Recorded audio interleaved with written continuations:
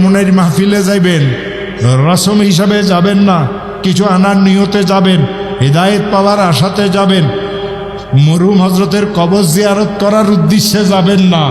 সেখানে গিয়ে ওনার কবর জিয়ারত করলে সওয়াব পাইবেন। আর যদি ওনার কবর জিয়ারত করার উদ্দেশ্যে যদি যান তাইলে কিন্তু গুনাহ হয়ে যাবে। মাহফিলের উদ্দেশ্যে গেলে গুনাহ হবে না। বুঝছেন মাসলা? অনেক ওলামাই কেরাম আছেন, এই জন্য বলতেছি। কই যাও? চরমনাই যাই। কেন যাও? চরমনাই হুজুরের কবর জিয়ারত করতে যাই। দেখেন, সফরের জন্য 3 জায়গাতে যাওয়া জায়েজ আছে। লা তাশুদ্দুর রিহাল ইল্লা লিসালাস।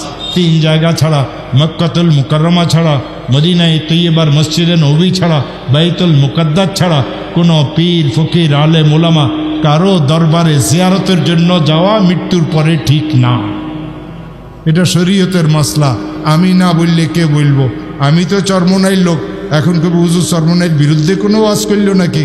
আপনাদের ভুলগুলি সংশোধন হওয়ার জন্য বলছি।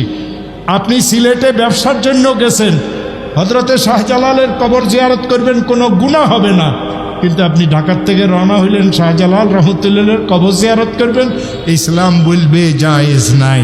আপনি চরমনাইর মাহফিলে গেছেন, প্রত্যেক ফরজ নামাজের পরে হযরতের কবর জিয়ারত করবেন, কোনো গুনাহ নাই। আপনার নিয়তের উপরে ফয়সালা হবে। এরকম অনেক সূক্ষ্ম সূক্ষ্ম মাসলা আছে। ওলামায়ে হক্কানি রব্বানীদের সাথে থাকবেন, জরুরি মাসলা মাসাইল তাদের থেকে জিজ্ঞাসা করবেন।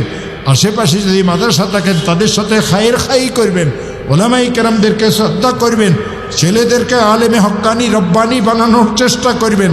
কোনো ফিতনা ফাসাদে জড়িত হবেন না। আপনি মুরিদ হইছেন, আপনি তো অনেক কিছু জানেন না। আপনাকে জানতে হলে ওলামায়ে হক্কানি রব্বানীর থেকে শিখতে হবে।